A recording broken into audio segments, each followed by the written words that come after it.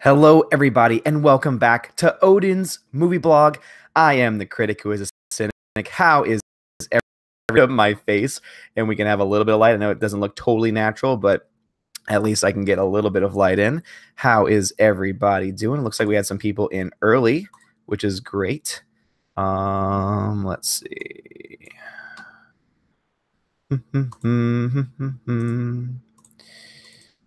Alrighty.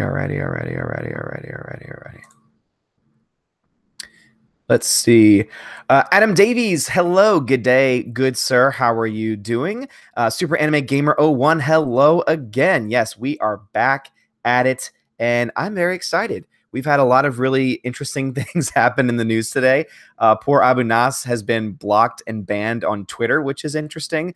Luckily, his account is still active, but it's sad that he got locked out for whatever reason he did. I know that he posted a video about it. I was only able to watch like the first couple of minutes. So if anyone knows a little bit more about why he got blocked or how that happened, it'll be interesting. Ryan Johnson's crack pipe says, all I see is popcorn. Okay, so can you hear me? Can you see me now? I think I see myself in the stream. Try refreshing it if you don't hear me. Let's see. Try refreshing it. Just put it in the chat, so hopefully that comes through. Alrighty, let's see. Boom.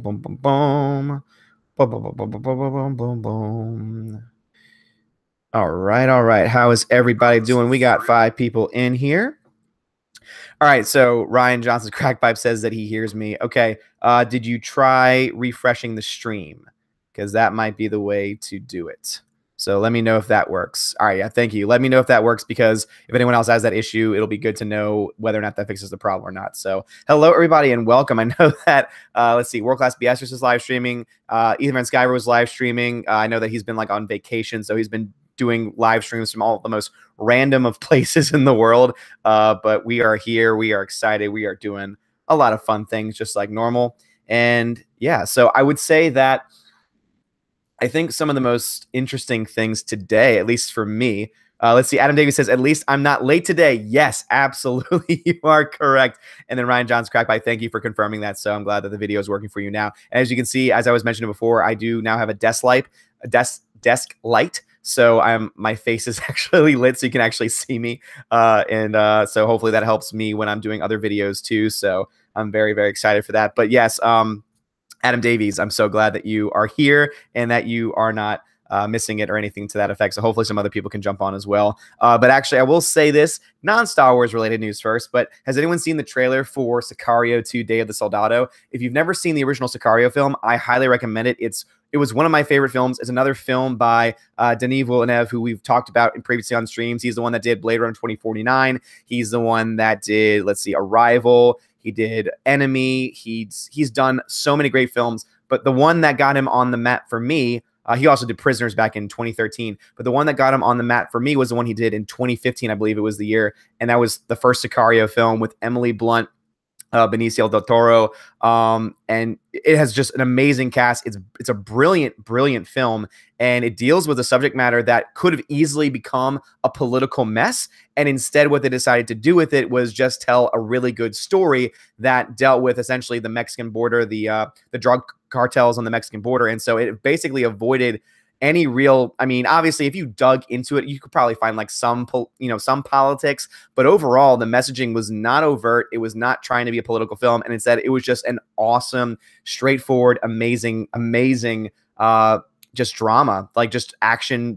It's hard to describe it because there's really great action set pieces. It's really great. It's a really great dramatic film as well, and just it's awesome. So if you've never seen Sicario, please go check it out, and then check it out before the new one comes out. I believe the second one comes out this weekend, and I'm definitely going to be seeing that this weekend, because ever since the movie came out, ever since the news that the sequel was going to be coming out, I've been so hyped for this film.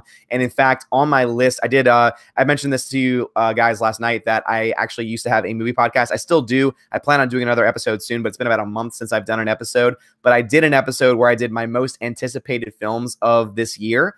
And my number one most anticipated film was Sicario 2. So even ahead of Avengers Infinity War, at the time Solo, and a bunch of other big budget films, So Sicario 2 was actually at the head of that list because that's how much I really liked it. Let's see. Adam Davies says, I've read the book. Okay, so yeah. So is the book good? Because if the book's anything like the movie, I can only imagine that it's really good, that it's a really awesome story. Because, again, the characters are really great. Everything they did do with the film is fantastic. And as I said before, Denis Villeneuve is he is, in my opinion, the greatest filmmaker of the modern era, because of just how talented he is. Every project that he has done has been great. He has not done a bad film yet. I would say the worst film that he has done is Enemy. And the only reason why I say that is because it was definitely, and he knew this and was very upfront about this before going in, it was not meant to be a mainstream film. It was meant to be a psychological, thriller, and for you to not really know what's going on, to have questions, to be confused, and have to like sit through it a couple of times before you actually understand the story and what the actual message of the story is. So that would be the weakest film he's done, but even that film is absolutely fantastic. And I mean, yeah, Denis Villeneuve, everything he touches is gold. That's why someone mentioned this on the stream before, that he's touching the Dune franchise now, and they're kind of worried that it might not make a lot of money because he, had full reign over let's see, Blade Runner 2049, and it was an amazing film. It was my #1 film of last year, but it didn't make any money at the box office. I think it may have broken even. It may have even lost a little bit of money, and that's because they basically let him have full reign over it. They let him have just full creative control, and it was actually a really good film. It was really great, and so I think Dune's going to be the same thing, but I hope Dune can make money as well. Let's see, Ratboy367 says, we're on the street. Jeremy from Geeks and Gamers has been peeing in a cup during long live chats. If you gotta go to the bathroom, you just get up and go to the bathroom. We can wait. Yes, absolutely. So yeah, the longest stream I've done so far was last night's stream, where we went for freaking like 2.5 hours, which was just insane. Like, I knew we were going for like around 2 hours, but then when the video went live after, and I looked at the timestamp, I could not believe that we were on that stream for 2.5 hours, and that people, like a good, like solid, like 9 or 10 people, stuck with me for almost the entire 2.5 hours. So it just means so much to me that anyone would do that. And it just, for me, it just tells me that this is just so much fun, because if I can't even feel the 2.5 hours, then it must be doing, we all must be doing something right. And I appreciate that. I appreciate everyone's feedback. And also I appreciate you guys just for all y'all's content. But yeah, talking about that, I actually have not ever had to go to the bathroom. But if I ever did, if I had to go really bad, that's what I would do. If not that, I would, maybe cut the stream off for like a second and then come back on when I'm finished. But at the very least, I wouldn't do that. I don't think Jeremy does that either, but I love that that's like the word on the street. I love that's like the rumor mill that's going on right now, is that Jeremy is peeing in a cup. Well, and I will say this. I mean, we don't know what's in those cups. He has those giant cups for every video, for every stream, and we don't know what's in them. We don't know how many cups he has there. So who knows? I mean, a wise man once said that they liked urine because they liked the taste and it was sterile. It's from a really great film. Name that film and you get the digital cookie for the night. Will last name guy. I'm glad that you're able to make it tonight. Welcome once again. I got your comment earlier. I think I responded to it, but absolutely. Let's see. So Will last name guy says 80s Superman. I've seen the original Superman film once. And that's the only that's the only old school Superman that I've actually seen, was just that original film once. I've always wanted to go back, but to me, it's just so campy, at least in my opinion, that I really just can't get into it. So that's why I haven't gone back to rewatch those Superman films. I just wasn't really a fan of them. They were just a little too, screwball, a little too campy for me. And overall, I'm just not much of a fan of it. Let's see. Adam Davies says it's a true story. Oh, sorry. I was still thinking that we were talking about Jeremy peeing in the cups. That's why I put quotes. So yes. So anyway, Adam Davies says, talking about Sicario. It's a true story written by the Mexican cop hitman. The real guy escaped to Mexico with his family, was born again, and now belongs to a church in Texas somewhere. Oh, that's really interesting. Yeah, I always am interested by those stories because you wonder how much of it is true, how much of it is made up. And either way, though, I mean, if any part of that story is true, it's just really breathtaking. Again, the movie itself doesn't try and play itself as, oh, this is based on a true story. We're going to try and stay, true to the facts, but instead just says, because it's Denis Villeneuve. Again, whenever he gets a project, he pretty much gets full reign. I would love to like sit in on his contract meetings, because I guarantee you he says to everyone that's involved saying, I have full control over this. And that's it, because he does on every single project. That's why all of his projects are brilliant, are so well done. And that's the reason why he hasn't done a bad film yet. I mean, any other film like director, I feel, that's done like so many different films, because that's also too, he just picks his projects. Like, he doesn't just direct the film for the sake of doing it. Like, almost every director, at least mainstream director, has directed something really bad at some point because they're trying to pick up that paycheck. They're trying to do a favor for a friend or something.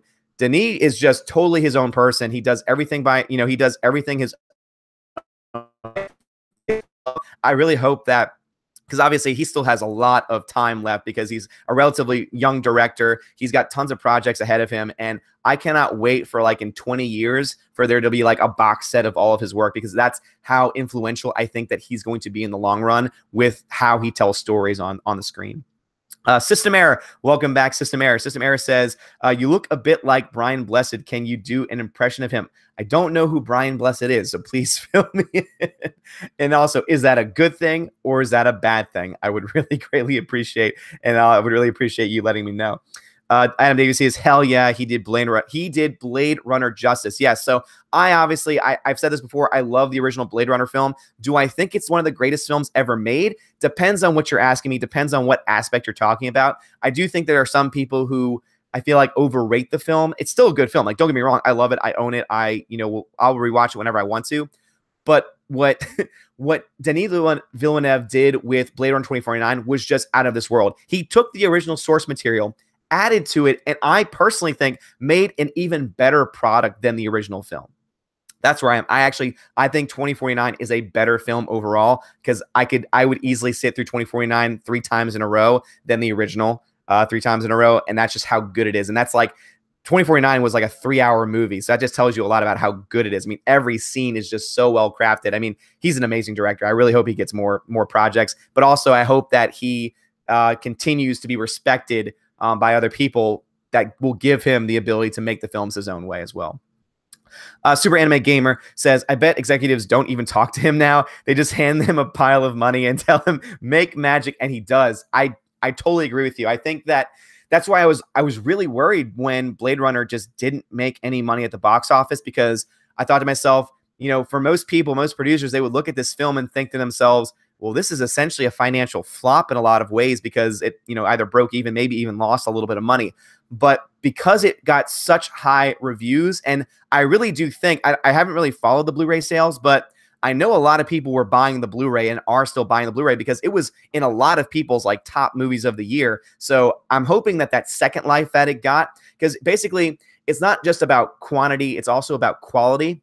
And what I mean by that is, you can have a movie that makes bank at the box office because you have a lot of people going to see it, but it's the quality of customers that's also important, because you want those people who are going to go see a movie, not just once, but twice, 3 times, 4 times, and not just that, but are going to go and buy the Blu-ray when it comes out, buy the extended editions, buy the box sets, like buy all these things. Those are the people that you want to appease as well. And so I feel that they are going to look at that and they're going to say, okay, we can take this loss, if you want to even call it a loss, because in the long run, it's going to pay for itself and it's going to be better for us in the long run. So yeah, 2049 is just an amazing film. And he's an amazing director. The System Error says, Brian Blessed is a hilarious bearded actor who shouts a lot. He is that big fat king of the Gungans in The Phantom Menace. Oh, okay. So the only thing I can think of, so you're talking about the fat king, all I can do is that particular character. Man, we're just doing impersonations. I don't know if that's good or not, but that's all I remember from that character. Let's see. I'm glad he kept Ridley at arm's length. I trust Denis to tell a cracker. Absolutely. So again, obviously, you want to respect the source material, and that's why he's such a great director, because he understands it. Like, imagine if Denis Villeneuve was given a Star Wars film.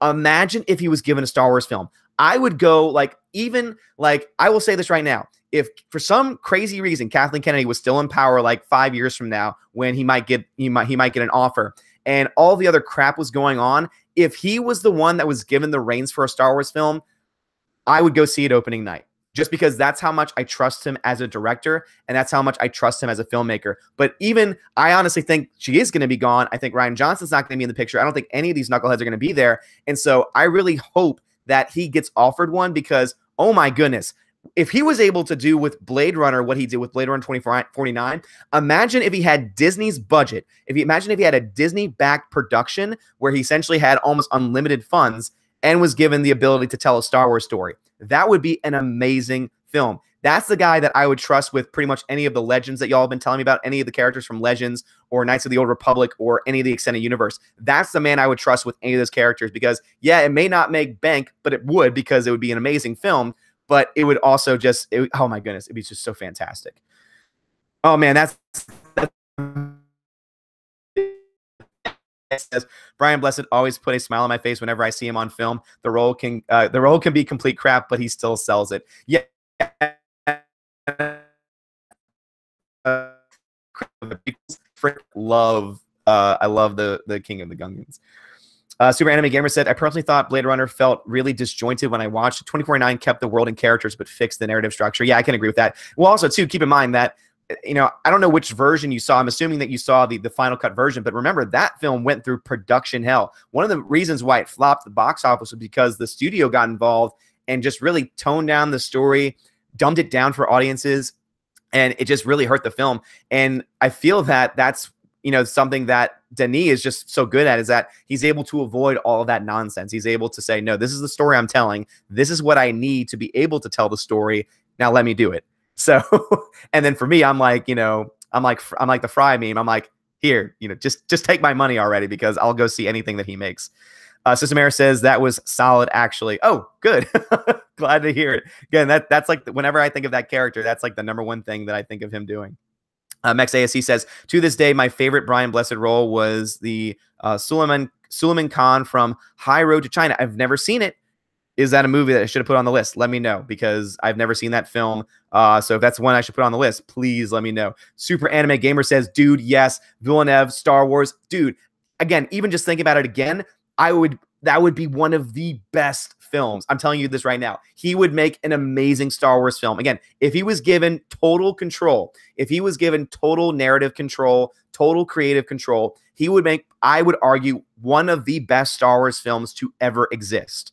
And I mean, it's one of those things where he could, because again, he's very careful with the projects that he picks. He wouldn't pick one now with all the nonsense going on with the fan base. But when Kathleen Kennedy's gone, if they're able to get somebody competent up as the president of Lucasfilm who can talk to these kinds of directors and bring him in, it's going to be the greatest Star Wars film ever made, just in my own personal opinion. Based on his track record, especially dealing with sci-fi films, he knows what he's doing behind the camera. He knows how to craft a story. And oh my goodness, it would be one of the best.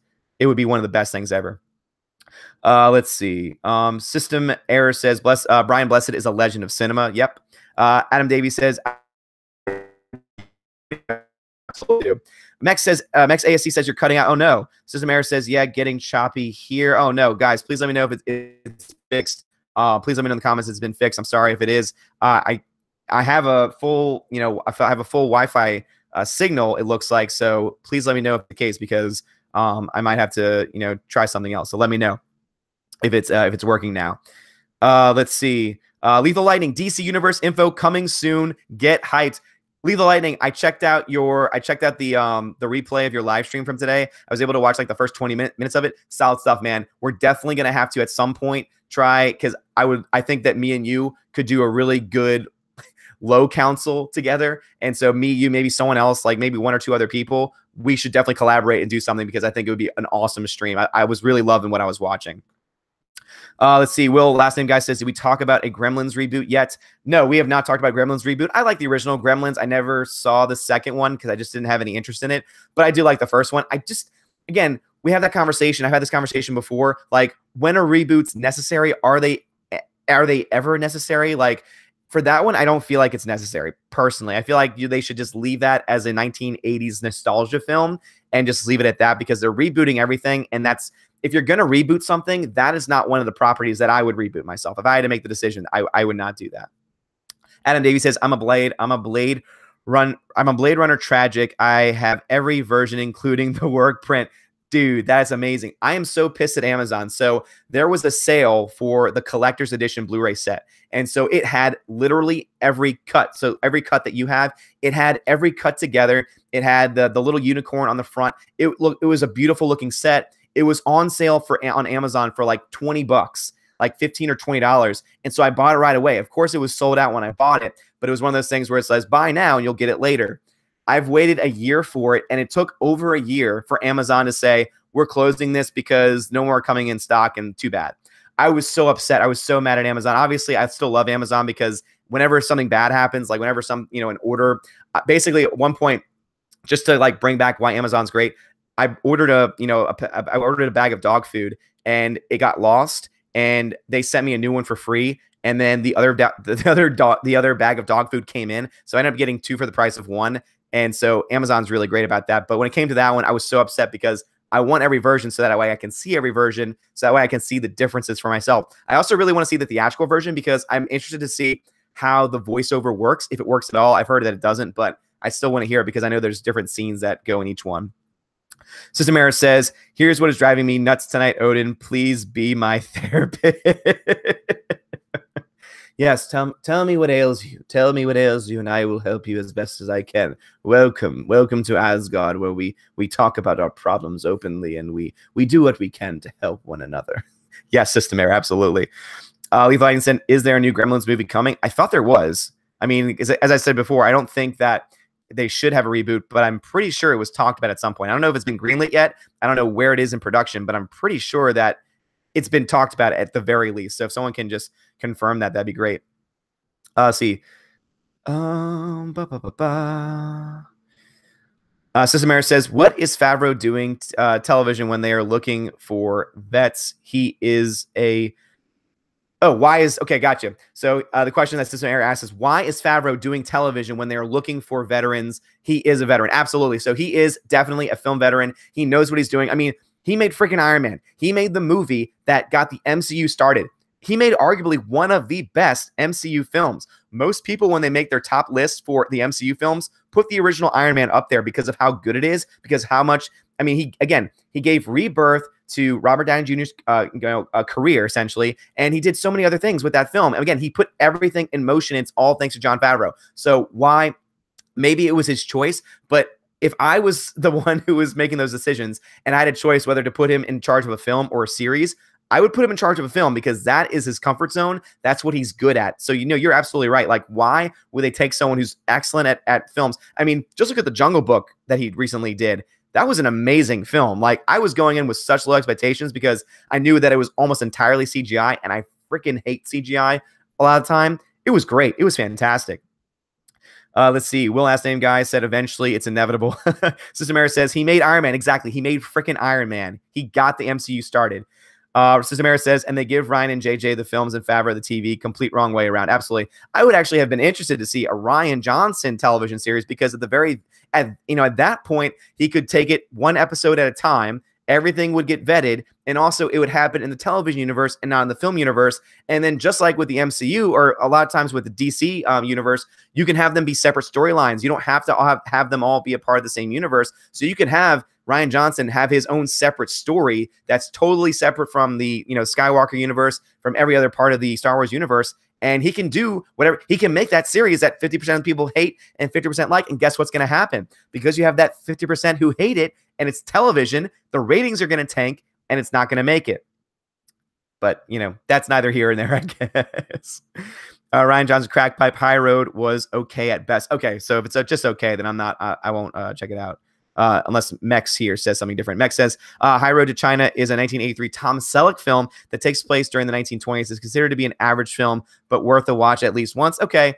Yeah, I'm not really quite sold on that one, so I don't think it's worthy of being put on the list at this point. But High Road to China, if I see it available anywhere and I remember this, then I will that'll definitely be one that I check out. Lee Lightning says, yeah, man, sounds great to me. Absolutely, sir. Fist bump. Absolutely. That would be awesome. System Error says, leave Gremlins alone. Yes. Leave those films alone. I mean, there are so many classic films that are trying to be remade now, and they just shouldn't. Like, if someone came up to me, because it's been talked about, and said, we're going to remake Casablanca. We're going to remake It's a Wonderful Life. We're going to remake, and they've done this before, and they've butchered it, 12 Angry Men. And we'll even do a female version of 12 Angry Men. Just don't do it. Just leave the stories as they are. If it's a classic, leave it, let it be a classic. Like, unless it's something like a Blade Runner where it sets up a universe that you can continue a story in, just leave it where it is. Stop rebooting and making sequels to everything. I mean, that's one of the biggest problems in Hollywood right now, is that most of the content that comes out is either a sequel, is either based off of previous material, or is a reboot of some kind. Like, I guess that goes along with that second point. But there really aren't a whole lot of original stories being told today. And it's really sad. It's really sad that that's the case, because Hollywood used to make incredible original stories. And I feel like now it's so much less than it used to be. Let's see. Leave the Lightning. Yep, agreed. Leave Gremlins alone for freaking sure. Max ASC says, has there been a single 80s film that's been successfully rebooted in recent times? It sure doesn't seem like it. It doesn't feel like it. I'm sure there's one out there that we're not thinking of right now. But I mean, you look to what they tried to do with the Terminator films. I mean, they were okay at best. I mean, Rise of the Machines wasn't that great. I mean, it's a film. I would watch that a few times before I watch Genesis again. So there are, but I am excited because I know that they're planning on rebooting Terminator again, but it sounds like it's going to be a lot more close to home to the original filmmakers. So I think that might be okay. But yeah, again, when it comes to a lot of the 80s remakes, none of them have really been that good. You're absolutely right on that. Let's see. Will Last Name Guy says, leave everything alone, in my opinion, as Odin said. Yeah, exactly. So just leave it all alone. Like, again, unless it's a universe that you can actually build on, just leave it alone. Stop remaking, stop rebooting. Again, at the very least, you should have, essentially films that take place. That's why one of my favorite franchises, and it's becoming a franchise up until the recent film, is the Cloverfield universe. Like, I really like, I know that a lot of people don't. I really like the found footage film. I love the original Cloverfield. I actually think it's a lot of fun. And then you had 10 Cloverfield Lane that takes place in the same universe, but is a separate story. And that movie blew me out of the water. That was one of my favorite movies of that year when it came out. And then I was so excited when Cloverfield Paradox came out, especially since during the Super Bowl, they said it's going live right after the Super Bowl. I was like, oh my goodness, I can't wait to watch it. And then I watched it and it just wasn't very good. But that's an example. Like, that's a film that sets up a universe where they tell an entirely different story with different actors. None of the original actors are in it, but it's within the same universe, and it worked out really well. Again, 10 Cloverfield Lane is better than the original film, and it does a lot of really cool things. So I feel like if studios just stuck to doing that at most, instead of just making sequels and spinoffs and reboots of everything. I mean that is a spinoff, but like well thought out spinoffs. I think that would be better for everyone in the long run. Adam Davey says, I'll non-illegally copy them for you if you like. Yes. How about you do that non-illegal copy? Leave the Lightning says, is that an Australian accent? Are you talking about for me or talking about it in the chat? Because I shouldn't have an Australian accent, I wouldn't think. Oh, you're talking about, was that when I was doing my, yes. Now, sometimes I do mixtures of different voices. I honestly, sometimes I don't even know what the hell I'm doing. Max ASC says Gremlins reboot is apparently in the works. Yeah, again, that's what I heard was happening, but I wasn't exactly sure.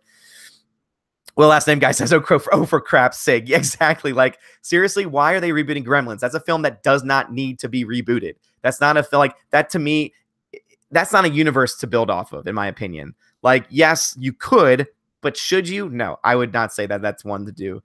So Systemera says Iron Man launched the MCU. Exactly. He hit a legit home run, not the first base like the JJ. Exactly. So Systemera says that essentially Force Awakens, it was like hitting a base hit for JJ Abrams. And I agree with that because, again, what was he trying to do? He was trying to bring back Star Wars from the negativity of the prequels, and he was trying to show we can still make really good, positive, well-liked Star Wars films. And so in order to do that, he had to rehash a lot of old concepts, a lot of old ideas. And so that's why Force Awakens is pretty much a carbon copy of A New Hope. And guess what? Fans did not mind because fans said, yes, this is a great place to start. We have new characters. Even though it's hitting these same beats, that's a good thing because it's better for us to have a solid film that we can build off of in future films than to do. Could you imagine? Like, imagine this. Imagine that they had made The Last Jedi first. Imagine that Rian Johnson had gotten the first film and did The Last Jedi or did The Force Awakens with Last Jedi logic. It would have had that 50-50 booking and Star Wars would have been dead on arrival. So they needed to give someone who had capable hands, which J.J. Abrams does, and they needed to have him make this story that most people could enjoy, even though it didn't take many risks and didn't really go in any new directions, so that way other people could. But then, unfortunately, we got Rian Johnson, and Rian Johnson took it in directions that no one wanted to go see, and it's that word now. Lee Lightman says, see his apology on Twitter. Oh, Ryan Johnson's just so ridiculous, man. Super Anime Gamer 1 says, oh yeah, they do. They did do that, Disney. What is you doing? Is that for me? What is you doing? Sister Mary says, Ryan can direct TV fine, where Grown Up has written the script and he just films it. Nice for that. Yes, Sister Mary, abso-freaking-lutely. Let's see. Leave Light says 80s Tom Selleck. I am sold. I know a lot of people that love Tom Selleck, so I could totally see why that would be the case. In fact, he did a TV series that my wife loves from the 80s. Was it Magnum PI? Yeah, it was Magnum PI. And she and her dad watched that series and loved it. I watched an episode, and the episode I watched was freaking hilarious. So now that I know that Tom Selleck's in it, I might actually have to go check that out. I'm sure my wife would like to see it if you've seen it. Lee Lightning says, a female version of 12 Angry Men, really? Oh, female is offensive. Yeah, they've made an all-female version of 12 Angry Men. It was called 12 Angry Women. I don't think they made it into a film. They may have, but I know that they made a stage production of it, and it was like a modern telling, and it just looked like total garbage. Like 12 Angry Men, the original, not the reboot that they did even the reboot they did in like the 90s or early 2000s wasn't very good. The original is one of the greatest movies of all time. It is hands down one of the greatest movies, period. Like as far as the quality, as far as the writing, everything about it is just so many films have taken their step off of what they were able to do with that film. And for anyone to try and remake it, just like if anyone tried to remake Casablanca or remake It's a Wonderful Life or any of those films, I would just immediately if I was going to boycott anything actively, it would be the rebooting of films like that because it's just stupid. Like, just leave them alone, please. Adam Davies says, I'm dreading the inevitable Back to the Future reboot. Leave gold alone. I totally agree with you. I don't think we're going to have that reboot only because as long as Robert Zemeckis has control of the property, as long as he has control of the narrative, I don't think he's going to let that happen. So as long as he's doing work, for as long as he's alive, that's not going to happen. But that's why I think that a reboot of Back to the Future is closer to like 20, 30 years down the line rather than 5 or 10. I just don't see that happening anytime soon. We are more likely to see Back to the Future Part 4 or much more likely to happen a short Back to the Future film with the original cast, which I personally would like. I would like them to do. I said this before in a video where I said that I would not mind if they did Back to the Future as a short film, like maybe a 10, 15-minute short film. And basically, it was just an update to say, here's where the characters are now. But let's say that it was for charity. Like, let's say they did it. They came back together to raise money for charity. And so they made this like little one-off short film. I would actually be okay with that. So that's like, as far as Back to the Future, I think that's like the only thing that we're going to see in the future, at least in the short-term future.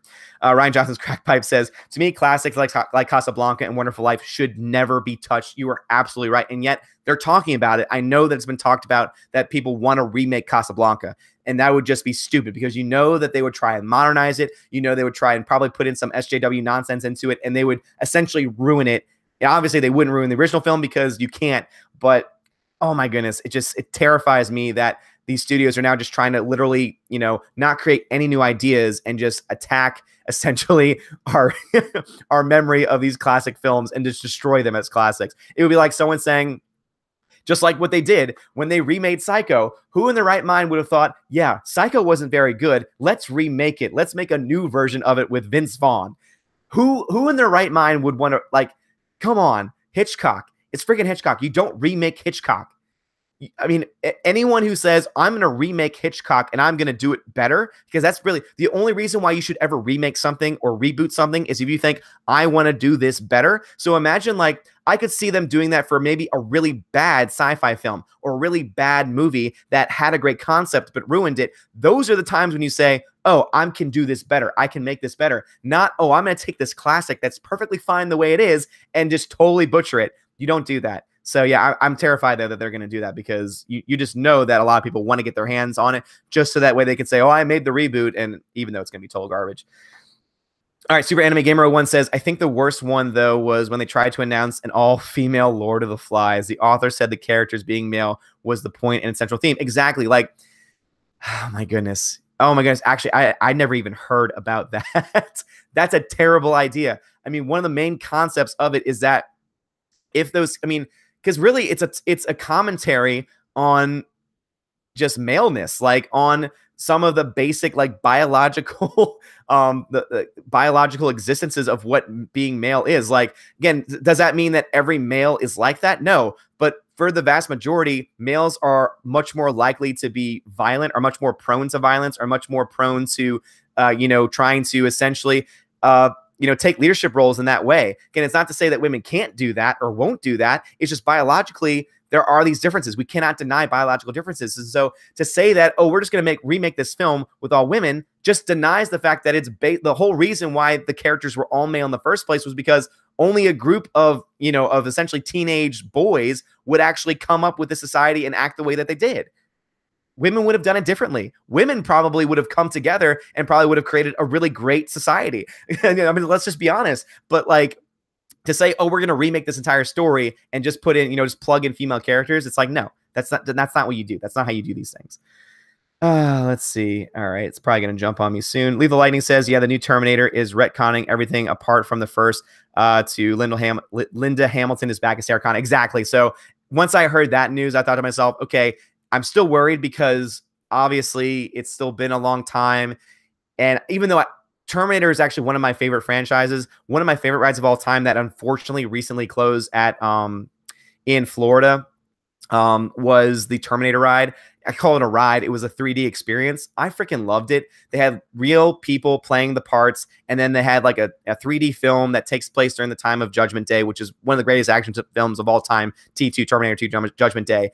And I loved it so much. And then now they've gotten rid of it, and they're going to put something new there, and I hate when they do that. But it's stuff like that, though, where it makes me look forward to, that franchise because I love it so much. I would love to see another chapter in that film, but they have to do it right. If they're going to do another Rise of the Machines, if they're going to do another Genesis or another Terminator Salvation, again, Salvation was even an okay film, but they have to do it right. If they're going to do it, they have to do it right. Especially if you're going to bring back original characters like that, because Linda Hamilton was, talk about like badass female characters. That's one of them. Like, come on, Linda Hamilton as Sarah Connor is one of the most badass characters, female characters, any character really of all time. Like, come on. Like, you got her, you got Ripley. Again, there are really good films. There are already good films and good properties that have strong female characters. Don't try and just remake a franchise just to put in a female character. You can do those projects and you can make those stories on your own without any help. Again, we've seen it happen. Will Last Name Guy says they could reboot something like League of Extraordinary Gentlemen simply because it's based on good material but wasn't done well. You are exactly right. So as I was saying, there are some products, there are some, there are some intellectual properties that were done terribly that you can actually reboot and do better. That is absolutely one of them. I will say I do have a soft place in my heart for the original film because, I mean, it's bad. Don't get me wrong. It's bad. But there are some parts that just make me laugh. And so that's why I actually kind of enjoy watching League of Extraordinary Gentlemen. I'm ashamed to say it, but I am. But no, that's a perfect example of them, rebooting something. I just noticed that my chat might not be correct. So hold on, guys. I'm going to try and get it booted back up. And let's see. I'm going to use my phone now because I think that it would be better overall. All right, let's see.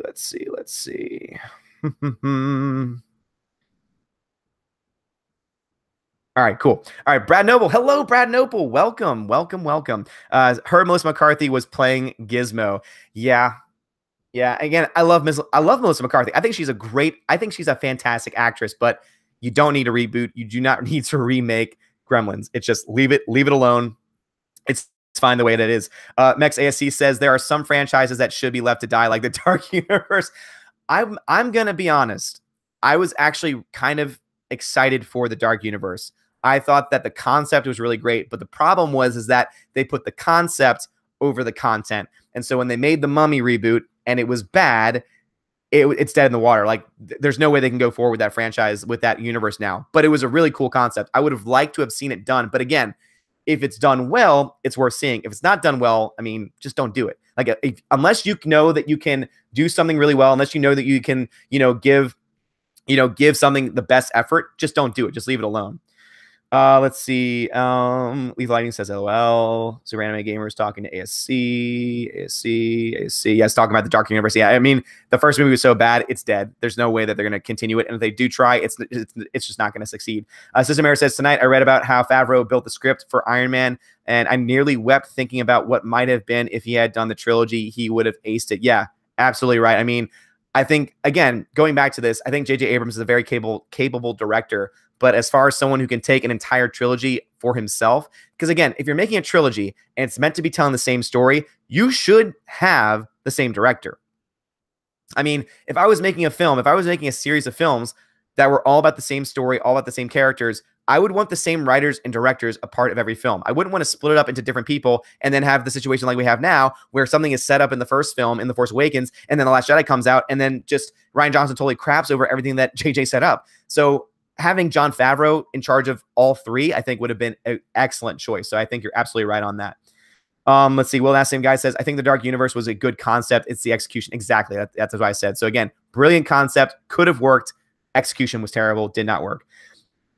Super Anime Gamer says, for Disney comment, I was talking about giving Favreau a TV show and Benoff and Weiss movies. Disney, what are you doing? Yeah, exactly. Like, I mean, again, this is the reason why I sent a tweet out earlier why Kathleen Kennedy should be fired, because as the president of Lucasfilm, the one who makes a lot of these choices, especially with the films, the fact that she's made so many bad choices that would have gotten anyone else fired is just really worrisome, because if she hasn't gotten fired yet, that's the reason why part of me thinks I really do think that she's going to be fired.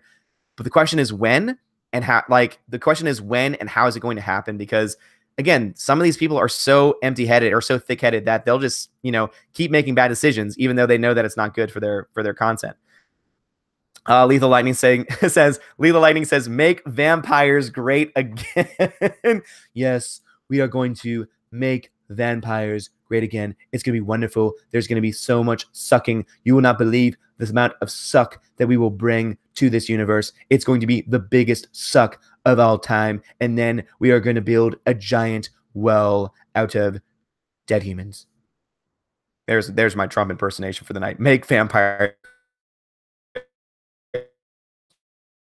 As 30 Days of Night was the last good vampire movie. Never seen 30 Days of Night. Let me know if that's something I should add to the list. Yeah, I mean, they're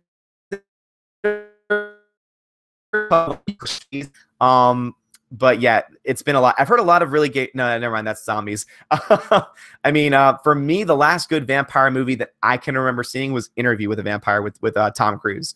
Let me know if you've seen that. I mean, I really liked it. I mean, I thought Anne Rice's story was just really brilliant. That's the last one that I can remember off the top of my head that had a vampire in it.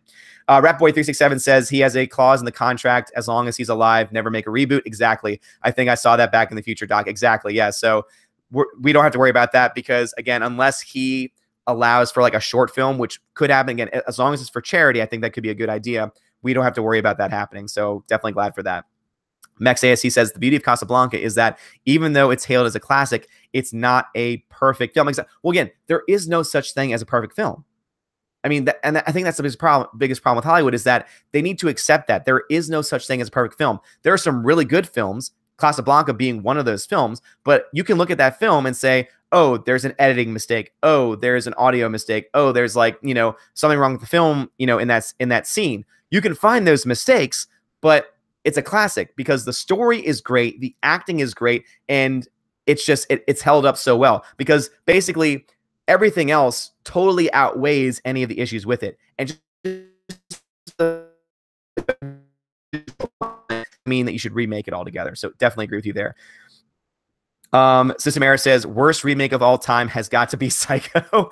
I mean, there might be some worse remakes out there, but one of the worst is definitely Psycho. Again, totally unnecessary. And I mean, again, I think that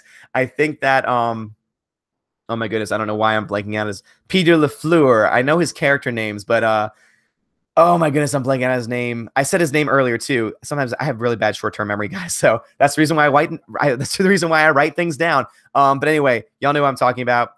Who would have thought that he was the best to play that role after it was done perfectly back in the 1960s? I mean, come on. William Name guy says, when I first saw Vampire Sparkle, I died inside just a little. I think all of us died. Like, I remember watching that film too. Why did I watch it? Because I firmly believe that in order to talk crap about something, at least for me, I have to have seen it. So that way, that's the reason, guys. So I have read 1.5 Twilight books. And it's not because I wanted to read them. It's because everyone was talking about it. I said, this sounds like garbage. And everyone was telling me, oh, you wouldn't know, you haven't read it. And so me being as hard-headed as I am, decided, well, you know what? I'm going to read it just so that I can say that it sucks. I read it. It was a total waste of my time. I'll never get that time back. But I can now say with total confidence, it is one of the worst books ever written. It's one of the worst franchises ever written based on the first 1.5 books that I've read. And in the second book, one of the worst things that I saw in the second book was they literally had like 8 or 9 pages where the only thing on each page was a month. So it was January, page flip, February, page flip. And even though I'm not an environmentalist by any means, I'm not like a crazy tree hugger, I thought to myself, this is a waste of paper. Like, what in the hell was she thinking when she did this? Oh my goodness. But yes, but in the first film, when you actually see the sparkle happen, I thought to myself, this is the dumbest thing I have ever seen in my entire life. Lee the Lightning says, but my God, I love the Christopher Lee Dracula films. I've heard about them. Those have been on my list for a very long time. Christopher Lee is a legend. I love him. Will Last Name Guy says, it was a shot-for-shot remake too. What is the point of that? Exactly. What is the point? Now, I do get shot-for-shot remakes of some horror films. I don't necessarily agree with it, but I do understand why some studios would do that because they want to have different audiences go to see it. So, for example, I thought that a good shot-for-shot remake, the original was better.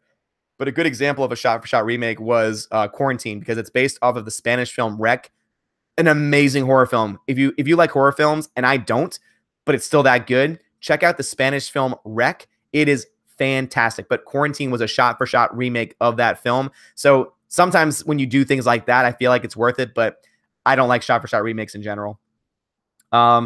Let's see. Brad Noble says, to watch Vince Vaughn mug at the camera. Yeah, pretty much. Susamara says, William Golding got the whole Lord of the Flies from his experience as a teacher at a boys' school. Exactly. And as a teacher myself of 16-year-old, like 15, 16-year-old boys, I can tell you, like, I've had a conversation with another teacher and we talk to ourselves, about, because we have different sections. Like I have 5 sections of the same class. And so there's different students in each class. And so we did like a bet, or we didn't do a bet, but we did like so how long do you think it would take for this section to devolve into Lord of the Flies? Like, that's a joke that we make as teachers, and anyone that is a teacher will know what they're talking about. So yeah, I mean, again, I'm sure that you could make an interesting story based on experience teaching at an all-girls school, but you don't, you just don't have to do that. It's just unnecessary. It's totally unnecessary.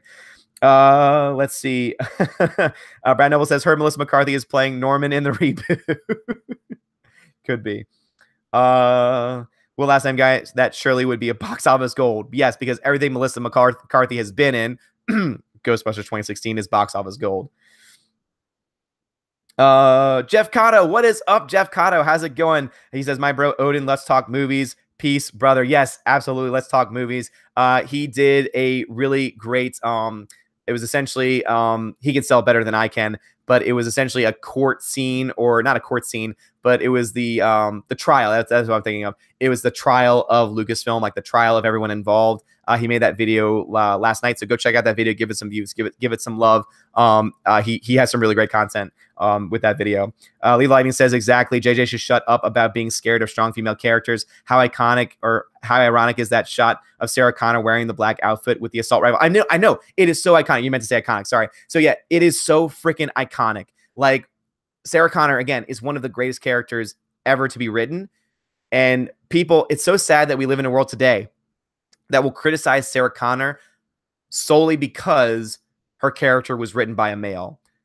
Like, the fact that people will look at her character and say, oh, it's not a real female, it's not a real authentic female character because it wasn't written by a female, and only a female can write a good female. It's like, shut up. Like, just go away, please. Like, no one, like, oh my God, I hate that. I hate when people say things like that. Navy Lax, or Navy Lakes, Navy Lax, hello. How are you doing? Hello, hello, hello. Dane here. Well, welcome. Everyone is welcome here on this channel. So welcome, welcome, welcome. What is up? What is up? Super Anime Gamer one says, and I think on top of The Mummy, Universal didn't have a good reputation leading up between Dracula Untold and I Frankenstein. Yeah, exactly. And also when we were told that that was all part of this universe, yes, cringe, cringe, cringe, cringe. Brad Noble says, I have morbid curiosity to see 9. And I can't lie. Me too. And I am going to go see it. Like, I totally support anyone. And I'm very similar to Jeremy. So I'm sure someone at some point is going to take me out of context. I support anyone that wants to boycott episode 9. I will totally support you. I will put the hashtag in there too. Like, I will talk about it nonstop.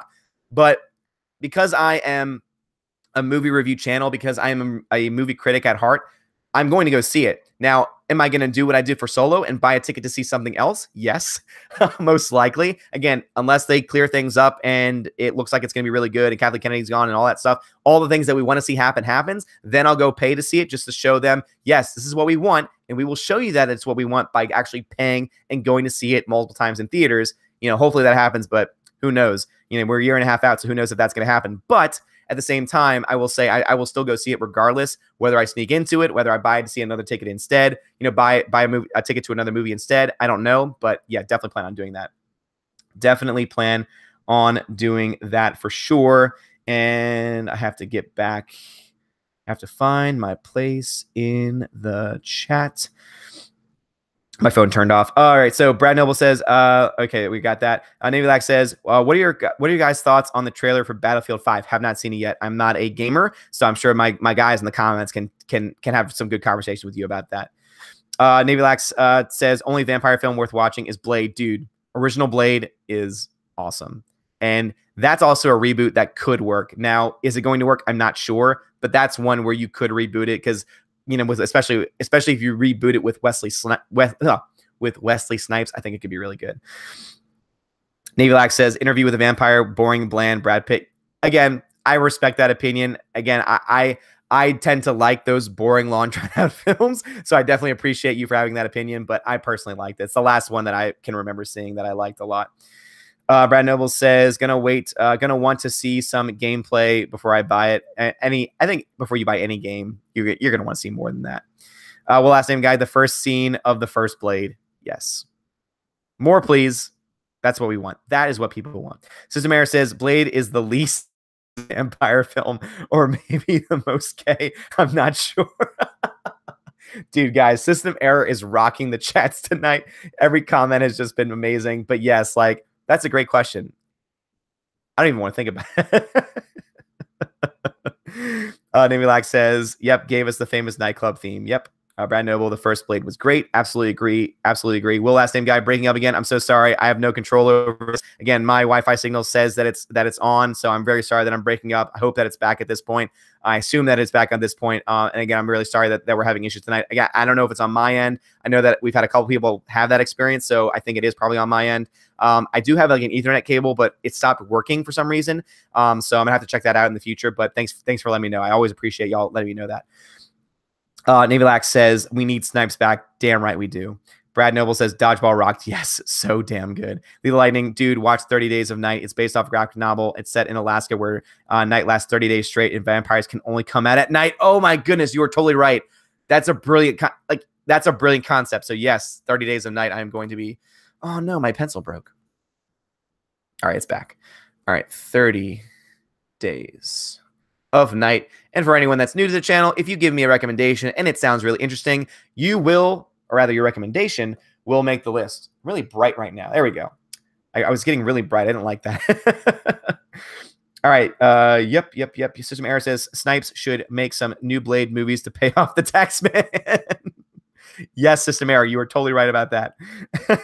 Super Anime Gamer 01 says, I'm sorry you read Twilight. Oh my goodness, I am too. But you know what? Now I can tell other people, don't bother your time with it because it's garbage. It's total garbage. I would wipe my butt with it. It's that bad. Navy Lack says, Blade versus the taxes. Dude, that would be an amazing film. Like, imagine Blade. Imagine Wesley Snipes as Blade, and the entire film, he's going after the IRS. Oh my goodness, it writes itself. Blade versus the IRS. Let's see it happen. Let's make it happen, guys. Brad Noble, if you can dodge a wrench, you can dodge a ball. Love that film. Love it. System Error says, taxmen are much like vampires. Yes, they suck you dry and leave you with nothing. and turn you into undead zombies, essentially. Navy Lax says Christopher Lee made a heavy metal Christmas album. Yes, he did. I've talked about that on the live stream before. Dude, listen to it. If you've never listened to it, it's on YouTube. Look up Christopher Lee Christmas album. It is freaking hilarious, but awesome at the same time. Navy Lax 2 says, have you guys ever seen the Norwegian zombie film Dead Snow? I have not. Is it good? Let me know.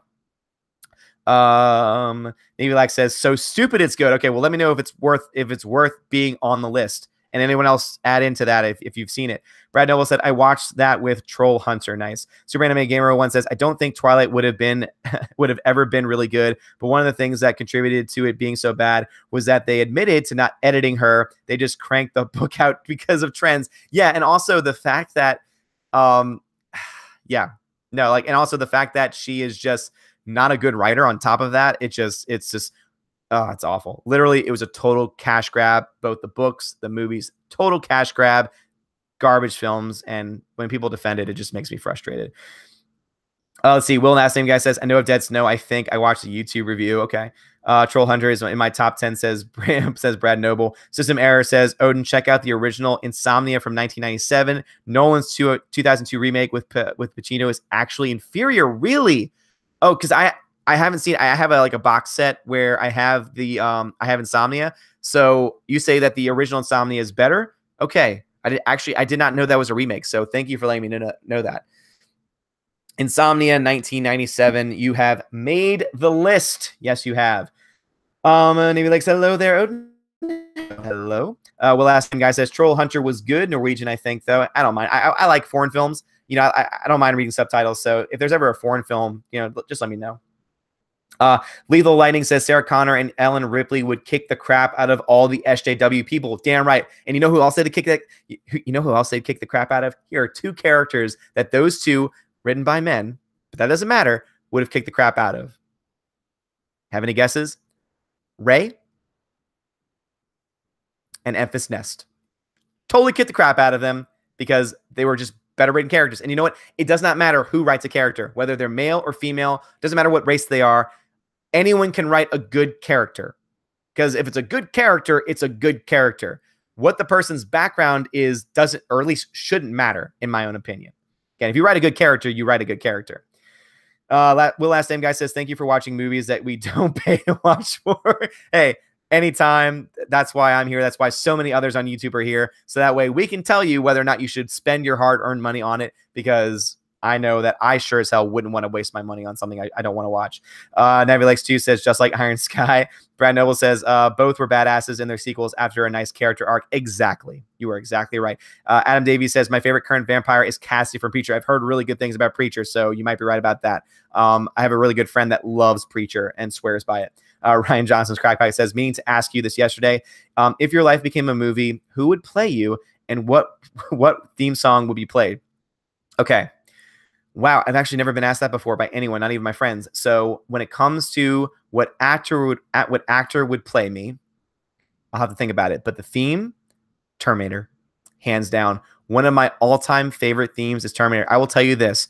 There are times in my day when I'm doing something and just immediately, without even thinking about it, all on my own, I just start going, ba-bum, bum, ba-bum. Ba-bum, bum, ba-bum. Like ba-da-da, ba-da, ba-dum, bum, ba-da, ba-dum, bum, ba-da, like Terminator theme. But as far as who would play me, I'll let y'all give me some suggestions because I don't know who would play me. It's an excellent question, though. Ryan Johnson Crackpike, I will listen to the answer tomorrow, calling it a night. Well, Ryan Johnson's Crackpike, thank you for joining me as always. If you didn't hear this, definitely check it out tomorrow. But yes, great question. And also, if someone gives a really good recommendation in the chat, I will take that as my own with their permission, of course. Yes, have a good one. Have a good one. Have a good one. Brad Noble says, what, Odin? You haven't seen 30 Days of Night? Shame. Yes. Oh my goodness. I need to go on the shame walk from Game of Thrones and have people yell shame, shame at me as I walk down the street naked, even though no one wants to see that. But yes, it's on my list though. It is on the list. So that means I will get to it by 2020. I promise you that I will get to it by 2020. System Error says Preacher is a great comic book that never got made into a movie for some reason. Yes, but it did get made into a TV series. And I feel like stories like that do better as TV series. So I hear the TV series is really good. So maybe it's better that it wasn't made into a film. Let's see. System Error also says the original Insomnia has Stellan Skarsgård, aka Gregor from Ronin. He's a brilliant actor. Yeah, I've heard of him. He's great. Lee Lightning says no one can beat Mary Sue. She beat the entire Star Wars universe. Yes, and she's amazing at the Force for no good reason. So yeah, no, I'm sorry. Ripley would shoot her up, and no, you're wrong. You're wrong, sir. You're wrong. You're wrong. Will Last Name Guy says, nah, I don't mind subtitles either. I watched a lot of Bravo channel growing up. Yeah, I don't mind them either. Again, if it's a really good film, the subtitles just melt away for me. Let's see. System Air says Brian Blessed as Odin. Yes, now I have to look up who that is. So that way I can see if that actually is a good representation. Like, again, I know who that is now as far as like in reference to the Star Wars universe, but I've never seen him without being a giant CGI fish. So I have to look that up now. Let's see. Brad Fidel wrote an amazing theme with the Terminator. Yeah, dude, I love that so freaking much. Brad Noble says Zach Galifianakis. Should I be offended by that or should I be flattered? Part of me is flattered by that for sure. And is it the beard? Is it because of the beard? Let me know. Super Anime Gamer says, kind of random question. Did you see Christopher Nolan Dunkirk? Yes, I have, and I'm going to be honest, it's overrated. I'm going to be honest, it's overrated. I know that Jeremy swears by it, and I know that there's a lot of people that love the film. Christopher Nolan makes excellent films. I mean, Interstellar, that was Interstellar. Let me talk about Interstellar for a second, because I'm surprised we have not actually talked about Interstellar yet on this channel. Interstellar was a film I hated the first time. I loved everything about the film. I loved the direction it was going. And then all of a sudden, the character ejects himself out of the ship inside the black hole. And I thought to myself, no, the ship was being torn apart. He should be dead. If a ship made of metal is being torn apart in a black hole, how in the heck is he surviving? And I know that it gets into a lot of like the theory behind black holes and relativity and all that stuff. And all that stuff was really cool. But the first time I saw it, that was like everything was based in reality. Everything was based on like science and scientific theory and scientific fact. And then that moment happened and it just went too obscure for me. And that was the moment that I got checked out of the film and I thought, I don't like this. But the second time I saw the film, knowing that that was what was going to happen and knowing the background for that scene, I love the film. So Interstellar is one of my favorite Nolan films. It's so freaking good. Dunkirk, not so much. I only saw it once, so maybe it'll have the same effect if I see it again a second time. I just was not a huge fan of it. It was okay. It was an okay Nolan film, but it wasn't my favorite. It was not my favorite. Lee Lighton says, I think Christopher Nolan is overrated, not terrible, just overrated. I think some of his films are overrated, but I think that he, as a filmmaker, is worth every single praise that he's given. Because even the films that he makes that aren't perfect are still really good, solid films. I will say that. I don't think he's overrated. I think some of his films are overrated for sure. System Error says, I love the original Terminator theme and Terminator 2 version. Yes, so I love the original theme, but the T2 version is the best version in my opinion. T2 is also just one of the greatest movies ever. Let's see. Brad Noble says, like Dunkirk, solid flick. Again, it's a solid movie. Just I'm not a huge fan of it. I think it's overrated a little bit. Adam Davies says, foreign film recommendation, Luc Besson's La Femme Nikita. Luc Besson's, yeah, I'm just not a huge fan of Luc Besson. So I'm gonna hold off on that unless everyone in the chat says yes, go check it out. Lee Lighting says Terminator 1 makes my top 10 movies. I agree with that. I would put T2 above it because T2 is just such a great action film. So T2 is my favorite from my all-time favorite Terminator movie is T2. Super Anime Gamer 01 says Luc Besson is great. Brad Noble says, be offended. Well, I am offended, sir. I am offended. Nebulax says, for episode 9, they should do something original like building a new Death Star. Could you imagine that if episode 9, it's like them rebuilding Starkiller Base or there's some other giant round ball that kills everything? I think that'd be freaking hilarious. Like, I could probably see how in the audience there would be like an audible groan, like, oh my goodness, not another one, because yeah, we need something new. Will ask them guy, they probably will. Yeah, they probably will. System Error, I think Memento is Nolan's best film, and really it's his brother Jonah Nolan who wrote it, and they made it so good. Yeah, again, his whole family is just so damn talented, for sure. But yeah, I really do like Memento. Memento is definitely one of those things where you have to watch it more than once, I feel, to really appreciate it, but it's an excellent, excellent film for sure. Hello, peeps. Lost Soldier 212. Hello, Lost Soldier. Welcome back to the stream. Glad to have you back. Hola, peeps. Nolan. Oh, I came in at a good time. Yes, you did. We were talking about Christopher Nolan, and I don't know where you came in, but I thought that when it came to Dunkirk, it was overrated. It was a good film. It was still good nonetheless. I think that Interstellar is one of his best films, and I think Memento is also one of his best films as well. And also, I think that a couple of his films are overrated, but he is not overrated as a director. Navy Lax says, Brad Noble, do you think they'll actually do that? Well, last name guy says, in fact, I would bet good money that 9 will have his super weapon to destroy it. Well, of course it will. Every Star Wars film has pretty much had that when you think about it. So I kind of hope they go in a different direction. That'd be really cool. Let's hope that we don't get another Dreadnought, though, and bombs that can somehow defy gravity and fall because they're magnetic. And yeah, oh my goodness, the whole Dreadnought thing. Nemesis 08, hello, Nemesis 08, welcome back. I'm going to roll with The Dark Knight as his best film. I'm a Batman fanboy. I will agree with you. The Dark Knight is, I say this a lot, but it is true. It is indeed one of the greatest movies of all time.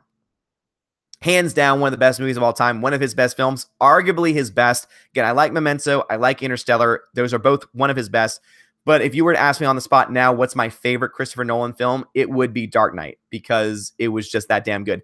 Close second, Batman Begins. Batman Begins is one of the most underrated films, I think, especially one of the most underrated Batman films. Batman Begins is an amazing origin story. Dark Knight is better, but not by much. They are both just solid films.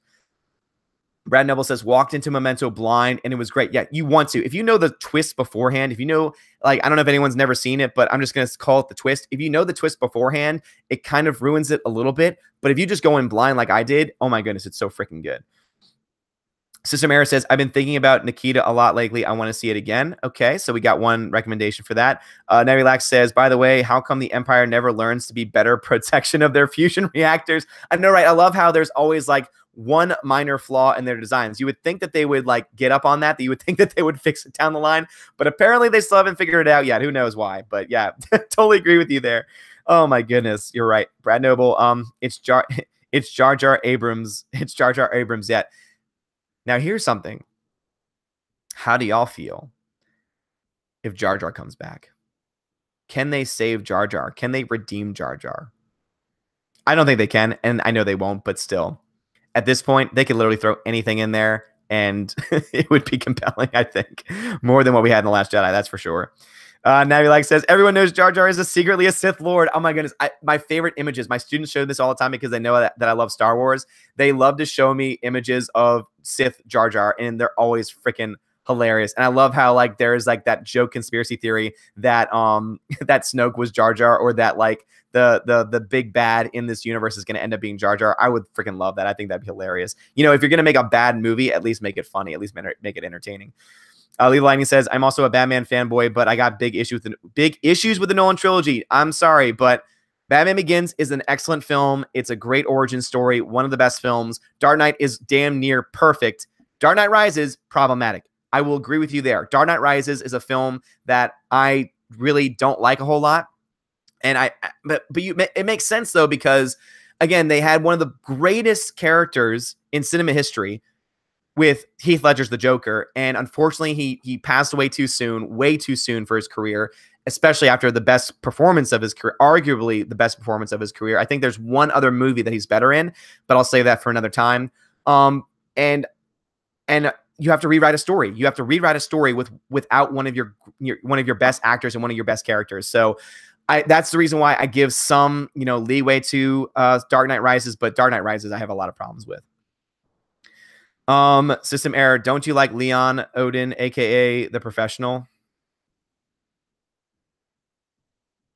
I've never seen it.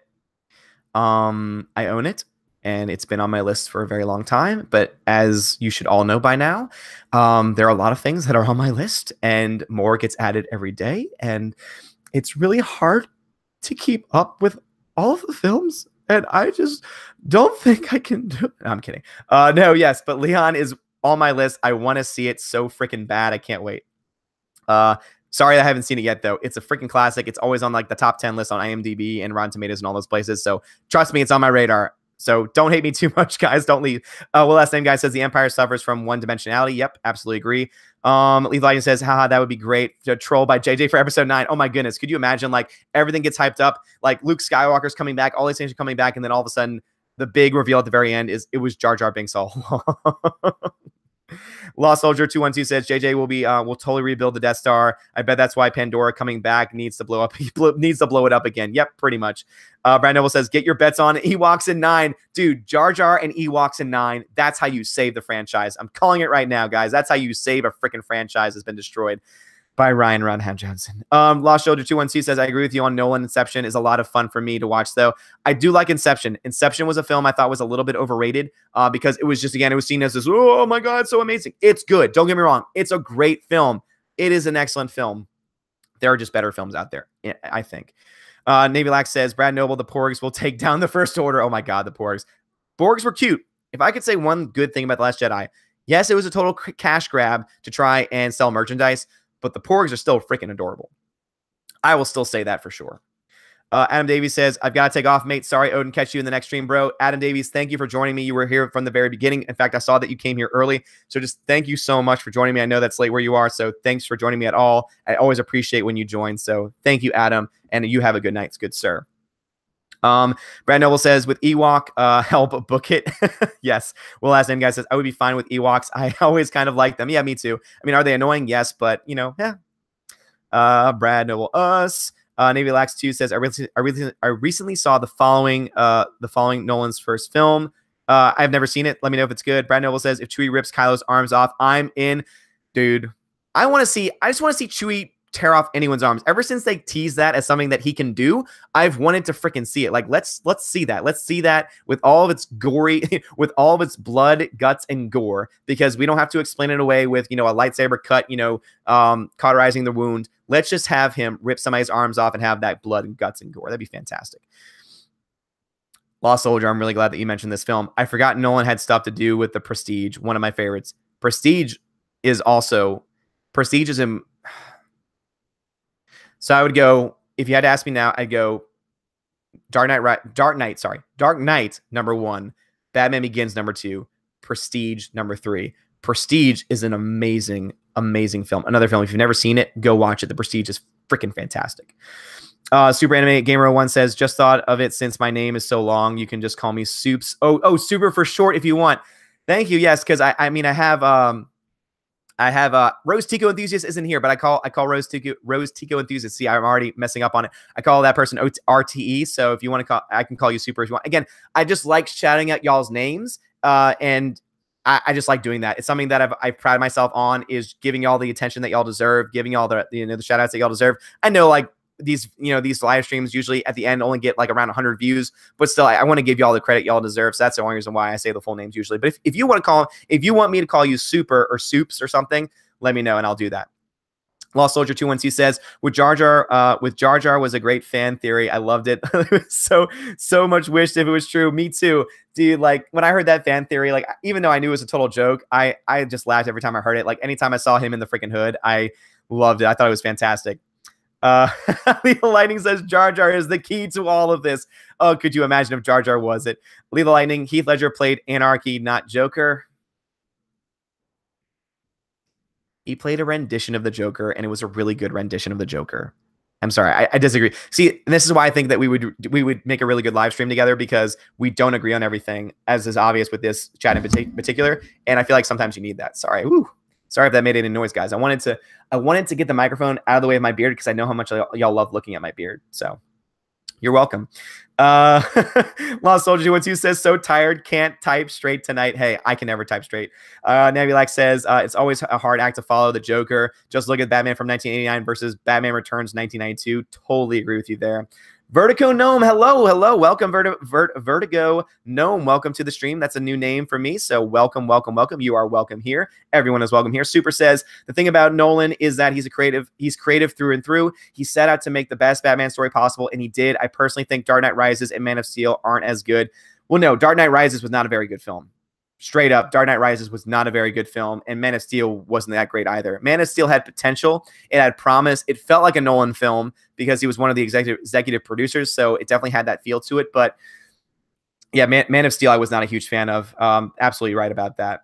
Nemesis 08. Hello, Nemesis 08. Nolan needs to do a version of Frank Miller's The Dark Knight Returns, but he used a lot of ideas from the graphic novel in The Dark Knight and Dark Knight Rises. Yeah. I mean, that's pretty much like my friends who are huge comic book guys. They would basically, when we got out of seeing those films, especially The Dark Knight, they mentioned how it just felt so much like The Dark Knight Returns for so many different reasons. Vertigo Gnome says, just found your channel. What are we talking about? We're talking about pretty much everything. We're talking about movies. Right now we're talking about Christopher Nolan, but I pretty much am open to any and all questions about any variety of topics. So welcome to the channel. So glad that you found us.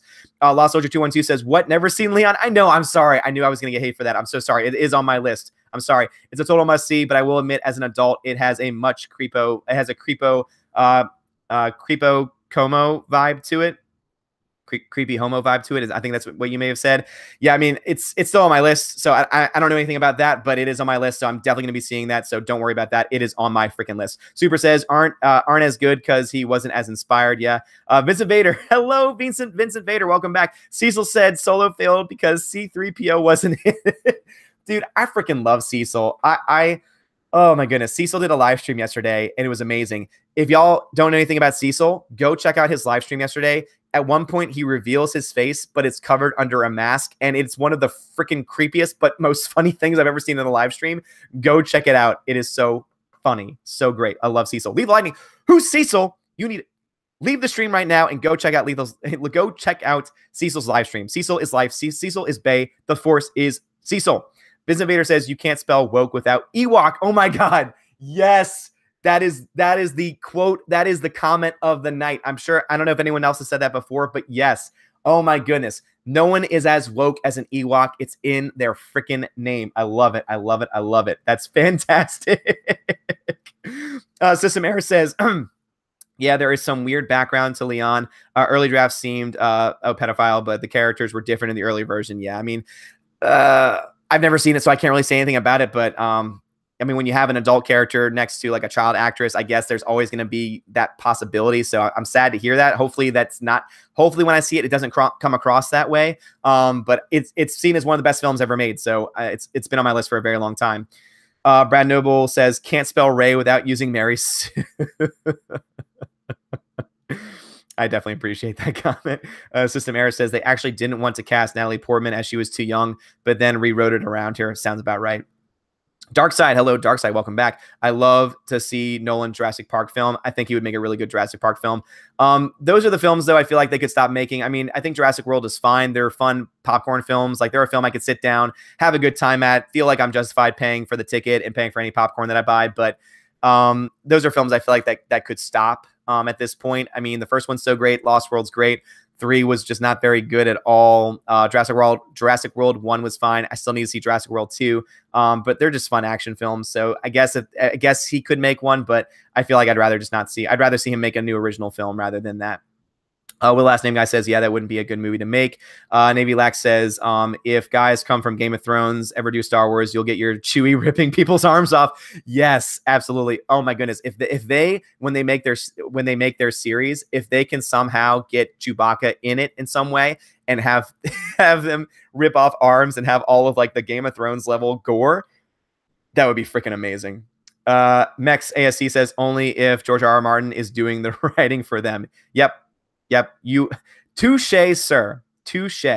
Brad Noble says arm ripping is all I want for Life Day. Oh, Life Day. Oh my goodness. I need to rewatch the Christmas special. It's been so long and it's so great. Vertigo Gnome, your sound is pretty good. Whenever I live stream, my sound is shite. Yeah, I'm using, if you want any advice, again, I'm very new to this. We have 15 people watching and it's usually a very small stream, but I always appreciate every single person here. Every single person here is awesome. But I use a Blue Snowball microphone. It runs you about $50. It's pretty good. There are other good microphones too. For example, there's the Samson Go mic that comes in around like $30. It has really good sound quality as well. So if you're looking to up your microphone game, those are the two microphones I would recommend. Those were the two cheapest microphones when I was doing my research like months ago, because I didn't get this microphone for live streaming. I got this microphone because I have my own podcast. I film a podcast. I mean, I record a podcast with a group of friends of mine as well. And so that's the whole reason why I got it originally. And this was the microphone that got the best reviews and was the best for the price. So I would recommend that. If you're trying to get better sound quality, this is the one I'd recommend. It's not perfect, obviously. And obviously when you do a live stream, especially, unless you're going through a really like high tech, I mean, I'm just going straight from Google Hangouts. And so I have no real control over the sound quality or the levels or anything. But I mean, if you go through a system, I'm sure you can get some pretty good levels, because this is a really good microphone for that. Super Anime Gamer Super says, my name's like this because I made this account in like 8th grade and all my subs are on it, so I just keep it. I understand. I had some pretty crazy. One of my accounts early on was Enforcer at CBS, because I went to a school that's initials were CBS, and my nickname in middle school was the Enforcer because I was like pretty much almost 6 foot tall when I was in 7th grade. I was skinny as hell, but I was the tallest kid in my grade. And so I would usually just have to step towards somebody and they'd run away. And one of my teachers saw that one day, rest in peace. He passed away a few years ago. And he started calling me the Enforcer from that point on. So I know what it's like to have like an account that you're kind of tied to because it's like your first account that you made. Navy Lax says, Alan Moore read the Joker as an anarchist with the Killing Joke. Okay. Yeah, cool. Yeah. Killing Joke's a really good graphic novel. Mex ASC says the Nicholson and Ledger Jokers were both good for different reasons. Exactly. That's why when people say which one's better, you can't compare the two because they're both so different. They're both great for different reasons. And so I can't choose between the two. Let's see. NJE103 Egg says, Jeremy mentioned the hunky chunky funky monkey on Geeks and Gamers today. You can just call me Egg. Okay. Well, thank you, Egg. Thank you very much. I freaking love the hunky chunky funky monkey. He's been a part of the stream for Jeremy for a while now. And I remember when it was the first stream, I think it may have been the first stream that he actually gave a super chat to. And it was amazing because Jeremy just lost it. I mean, because it's such a great name. It's such a great name. But thank you, Egg. I will call you Egg from this point on. Super says, plus, I still haven't figured out how to change my name because I think you can. I think you can too. I'm not exactly sure how to do that because I'm also very much noob when it comes to YouTube and to Google. So I'm not sure exactly how to do it. I'm sure you could Google a tutorial for that and they could show you how to do it. So, but I'll call you Super.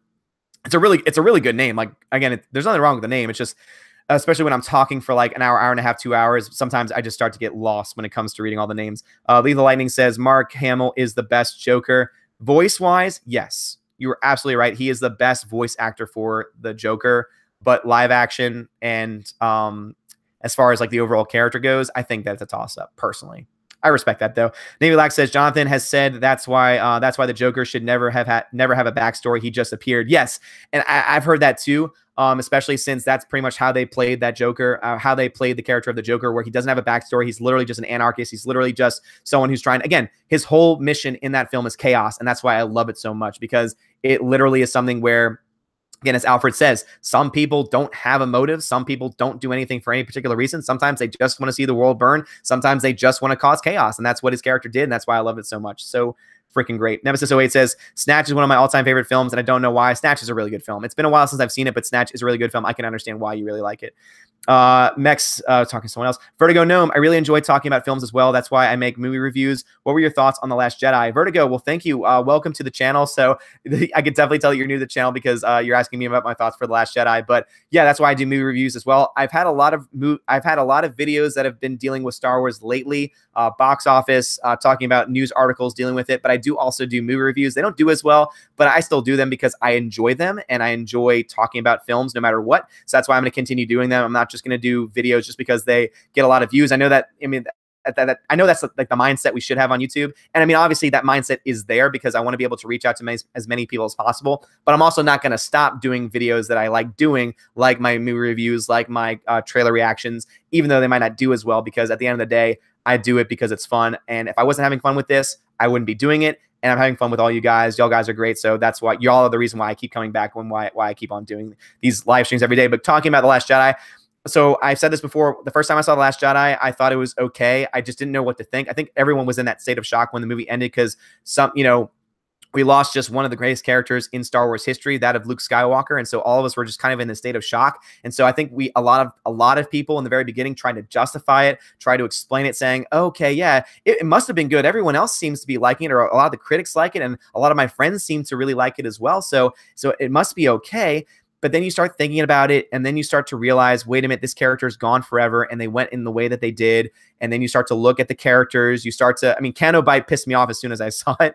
But then you start just to look at things more critically. And then the second time I saw it, I saw all of the flaws in the film, and I just couldn't unsee them. And I realized the second viewing that I didn't like it. It wasn't until I found Geeks and Gamers, it wasn't until I found this community that I realized just how many problems there are. And it wasn't until I found this community that I found out about all the behind the scenes nonsense that was going on, which just made me hate the film even more.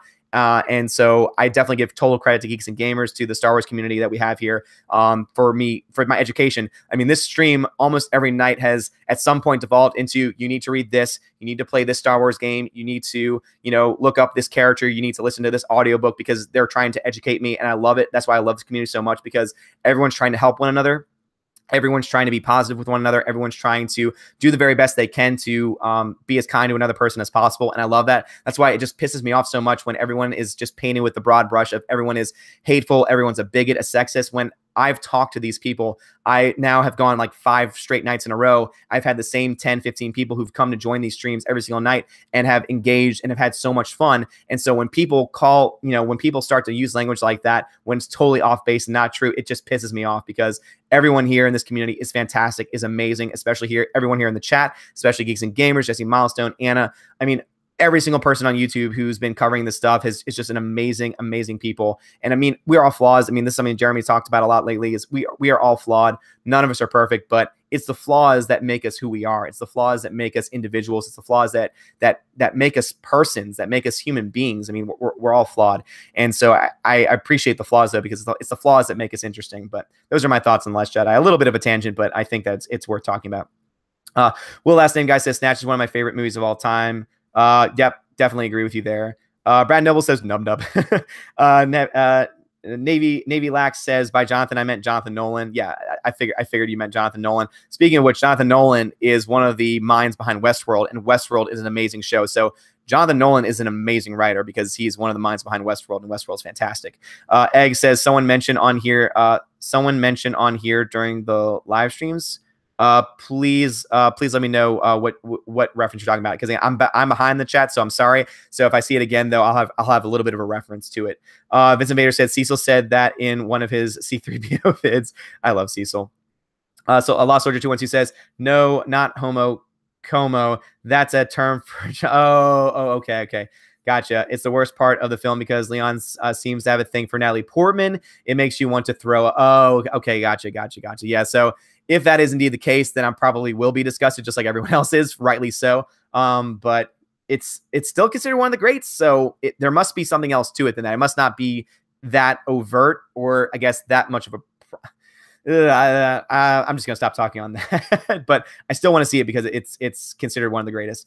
Last name guy says Snatch and Lock, Stock, and Two Smoking Barrels. Yep, absolutely same spiritual siblings for sure. Vincent Vader said this C3PO vids are great. Awesome, great to hear. Navilac says still waiting for the Christopher Nolan version of James Bond.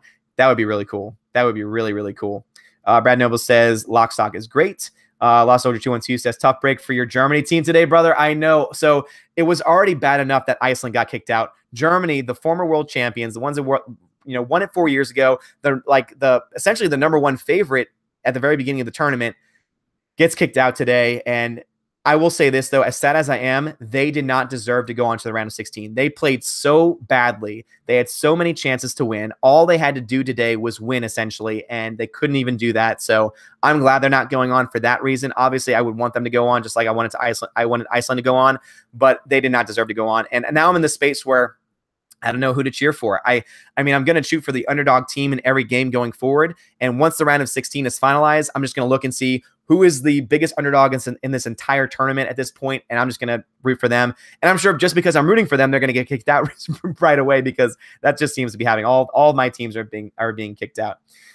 Lee Lightning says, I got to head out, you guys. Take care, Odin. Stay safe, everyone. Lee Lightning, thank you very much. And again, definitely keep in keep in touch about doing a co-op live stream in the future, because I think we could have a lot of fun with that.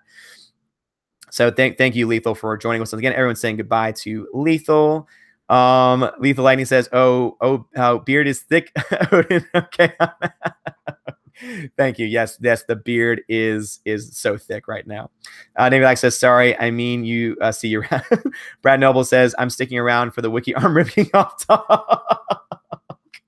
Yes, let's talk more about ripping arms off, because I think all of us want to see a Wookiee do that. Again, best part of Solo is Chewbacca. I hope that Lucasfilm is listening and that they realize, wait a minute, everyone liked Chewbacca. Maybe we just need to make a Chewbacca standalone film and just have him rip a bunch of arms off. If they were to sell that film, gold, box office gold if they were to do that. Vertigo Gnome says, I've got a Blue Yeti mic, but sadly it's my voice sound like a robot when I live stream. Only works when I record on Audacity. That's weird. Yeah, it might just be the software you're using. I'm not sure. I would look into that, because the Blue Yeti is a really good microphone. So I would look into that a little bit more, because I use Audacity when I do my podcast, and it sounds great. It sounds, of course, I think the best. But I've been listening back to my live streams just to make sure that, just to check the audio quality. I know that sometimes people say that there's issues, to check on those as well. And sometimes I feel like the audio quality on my live streams are better than when I do just my regular recordings, because I use OBS Recorder for that. And for this, I just use the Google Hangout stream. So I would look into that, though, because you should have a really good one. Navy Lag says, I'm getting drunk. Well, last name guy says, did you mention that you were a teacher? What do you teach? Yes. So we actually got, ooh, sorry guys. I need to take my mandatory 10-second water break.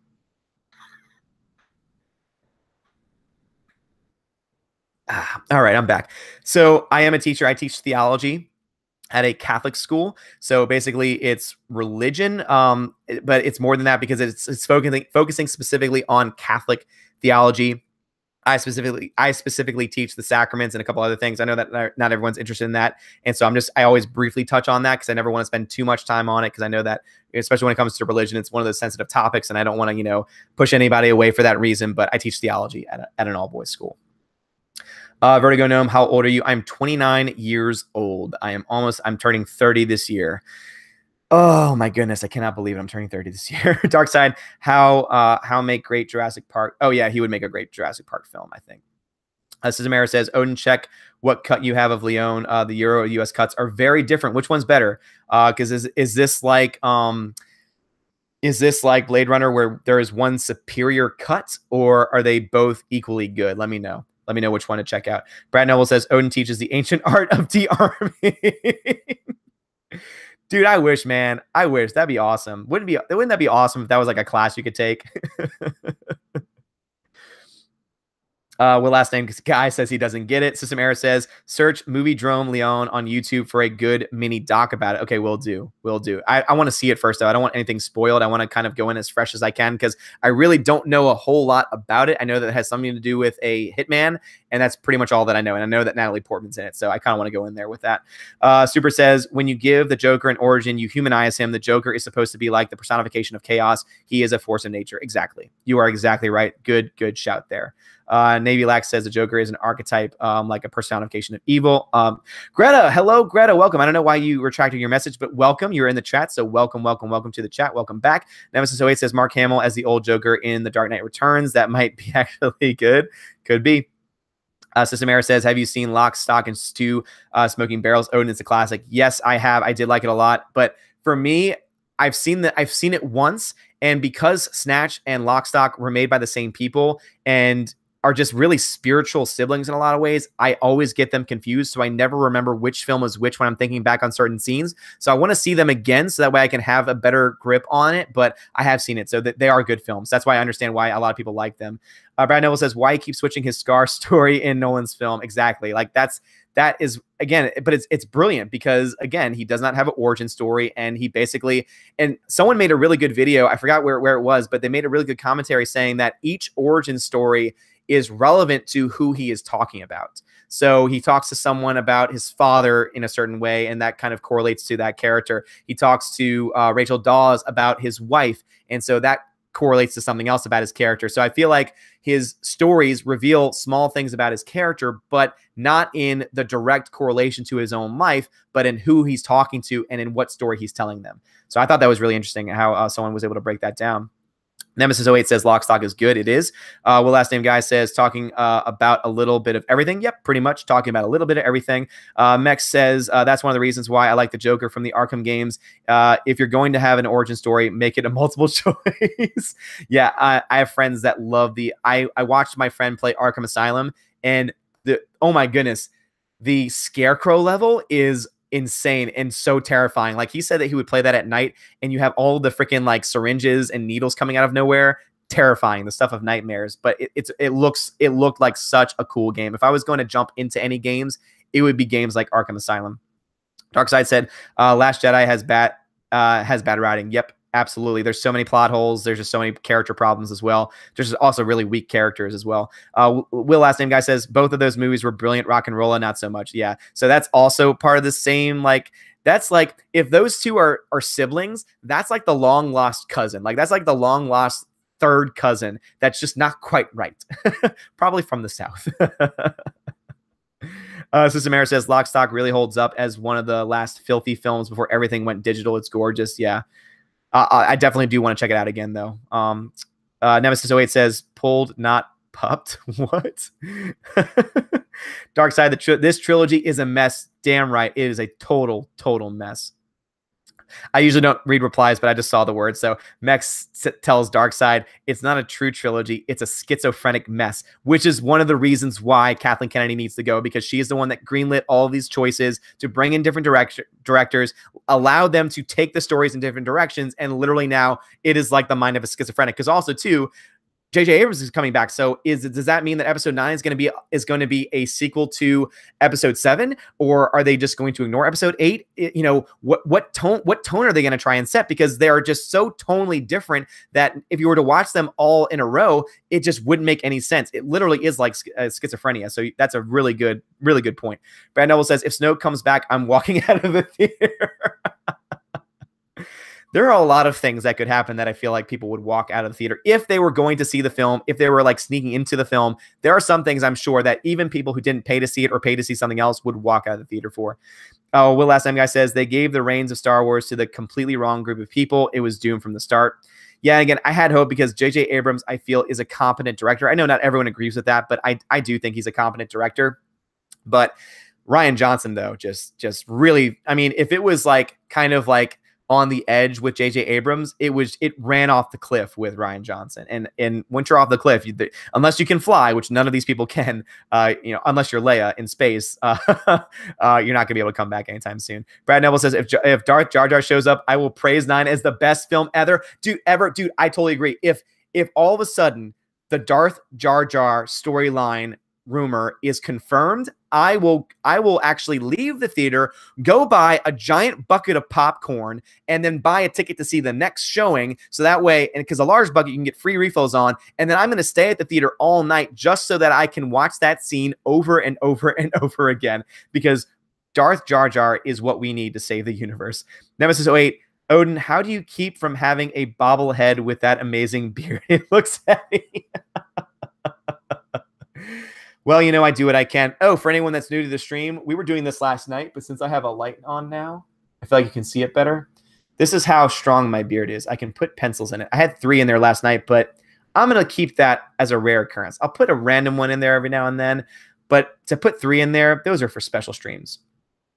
And we were the one-man low council last night, and it's already falling out. All right, Will Last Name Guy, what if the main villain of 9 turned out to be an Ewok? Yes. Oh my goodness. Imagine Jar Jar. No, here's what you do. Jar Jar is the Sith Lord, and he has an Ewok as his apprentice. That would be gold. That would be box office gold. Write it now. Trademark Odin's Movie Blog live stream on June 27th, 2018, if they use that, because that's the way you save this universe. This trilogy can only be saved with the absurd, and that would be absurd to the max. Ratboy367, hello. Have we talked M. Night Shyamalan? What did people think of Split? We have not talked about M. Night Shyamalan, or as I like to call him, Shyamalamanan. Split was freaking awesome, dude. Split was awesome. I'm so glad that he's gone back on the right track. First with what was it called? The recent one that he made where it's a story of the kids going to their grandparents' house. That was like kind of the step in the right direction, but Split was just great. And the twist that they put at the very end and how they tie in certain movie universes, I'm hyped. I am so freaking hyped with what they did with that. I love Split. I thought it was great. And M. Night Shyamalan, though, he had a couple of really good films. Then he went off into the wilderness somewhere and just made total garbage. And now it looks like he's coming back. So I'm glad he's becoming true to form once again. Brad Neville says, 30, you're a prequel child shame. I am. That's why I mentioned before. I remember going to the theater to see the prequels in theaters. And as a kid thinking, oh my gosh, this is so much fun. I love pod racing. I want to be a pod racer when I grow up. That's what I want to be. Yes, I am unfortunately a child of the prequels. I grew up with the prequels, but once I reached the age of reason and understood what a good film was, I soon realized how bad the prequels were personally. Navy Lack says, you're still young, Odin. I'm 31. You still have youth. Yes, I know. But hey, once you're 30, man, once you're 30. Vertigo, no, my battery life is about to die. I'm sorry to hear that. I will have to peace out. Great live stream from what I saw. You earned a sub. Thank you so much, Vertigo Gnome. I so appreciate you for joining us. I try and do this every night. I'm probably going to take a break one day this week, just so that way I can let my voice recover. Also, so that way I can spend time with the wife. My wife's out of town right now, so I don't have to worry about that. But I'm probably going to be taking a break from it relatively soon, just so that way I can, just rest up a little bit and just to make them, a little bit more special. I think they're special nonetheless because y'all are here and y'all are just fantastic. But thank you very much. I greatly appreciate that. And please check out my previous live stream, previous live streams, previous videos. They're a lot of fun too. So good night, Vertigo. Thank you for joining us. Greta, hello, Greta, hello. Welcome back, Greta. Everyone say hello to Greta in the chat. Greta, are you excited about Quentin Tarantino's Once Upon a Time in Hollywood? Have you seen the new pick with Leonardo DiCaprio and Brad Pitt? I have. I am excited for it only because it's a Quentin Tarantino film. Obviously I have my own opinion about those actors as people, but I still think Leo is a great actor. Brad Pitt, not really, but I love Quentin Tarantino. I think that it's going to be a great film. Hateful Eight was okay. I did like Hateful Eight. It was okay, but I am excited for this because anything that's about a story with Hollywood, especially, I think it's set in the 1950s. I love any movie that's set in the 1950s, especially if it's Hollywood related, because I just love that period of Hollywood history.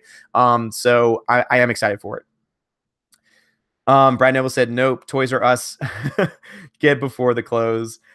System error. Odin, you need to watch Leon ASAP. It's an amazing movie. It's like an urban fairy tale, like a myth almost. Definitely going to be. And again, it's been on the list for a while, but I'm going to write it down again just because you said it's system error, and I will definitely, bump it up on the list. Let's see. Navy Lax says you have to watch the original French version of Taxi from the 90s. Okay, if anyone else can recommend that, let me know. Danny DeVito, Navy Lax has a young Marion Cotillard. Brad Noble, extra butter. Yes, I would get the popcorn. Sorry, I'm behind the live. I'm behind the live stream once again. Yes, with extra butter.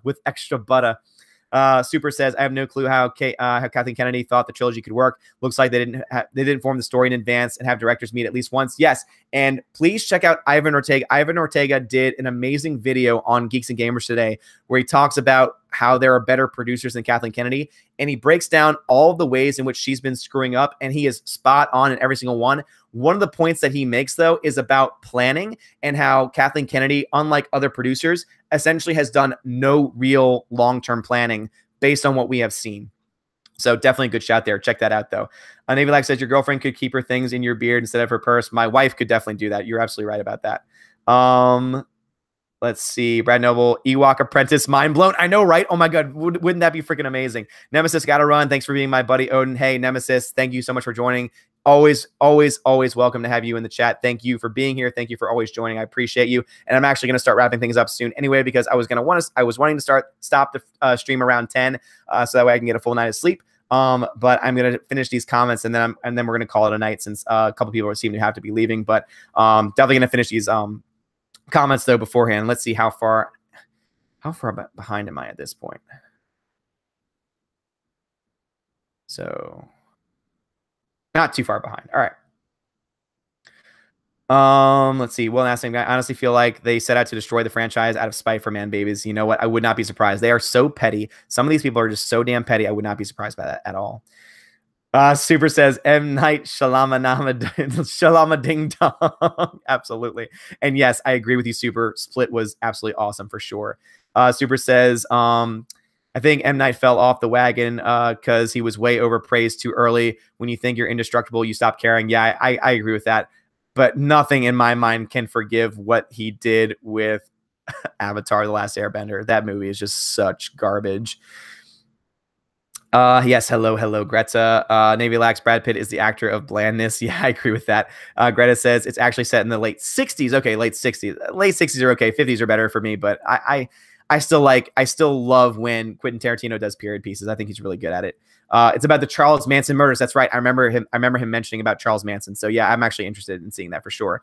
Well, last name guy. Yep, I'm nodding off. Good night. Good chat, folks. Yes, thank you very much for joining. I'm also getting tired too, so it looks like I'm gonna start ending it now. System error with the last comment before I read the last second comments. Unbreakable is a good little superhero film. Unbreakable is an awesome superhero film, and that's why I'm so excited that that film might have second life. So, guys, thank y'all so much for joining me tonight. I'm gonna read these last comments, and then I'm gonna call it a night. So, Navy Lax says the best scene ever portrayed by Samuel L. Jackson is what they call me, Mr. Glass. Yes, absolutely. Such a great film, such a great character. Super says Avatar was my baby and he ruined it. Yeah, I mean, I was never a fan of the series, but I know a lot of people who were, and they were devastated by what they did with the film. So, guys, thank y'all so much for watching. I mean, this has been an amazing hour and a half. At this point, hour and 45 minutes. Y'all are freaking amazing. Thank y'all so much for joining me every single night. I greatly appreciate every single one of you. Y'all are just truly amazing. I know I say this every single night, but I just want to always try and show my gratitude to you guys because y'all are the reason why I do this. Y'all are the reason why I have this platform. Y'all are the reason why we're able to get 10 to 15 people in here every single night, every night so far, even when other live streams are going on. And it's just awesome. I love y'all so much. Thank y'all so much for joining me today. And let me see if there's any last minute comments. So Greta says good night. Vincent says good night. Brad Noble, peace out. Odin and chat. Yes, peace out. Navy Lax says see you around. Odin, kudos and carpe diem. Yes, seize the day. Thank you very much. Absolutely. Same to you, System Error. You rock. Odin, as always. System Error, you rock as always too. You were rocking and lighting up the chat tonight. So thank you very much for joining, guys. Everyone, thank y'all so much for joining. Have a great night. And as always, God bless. Have a good one, guys.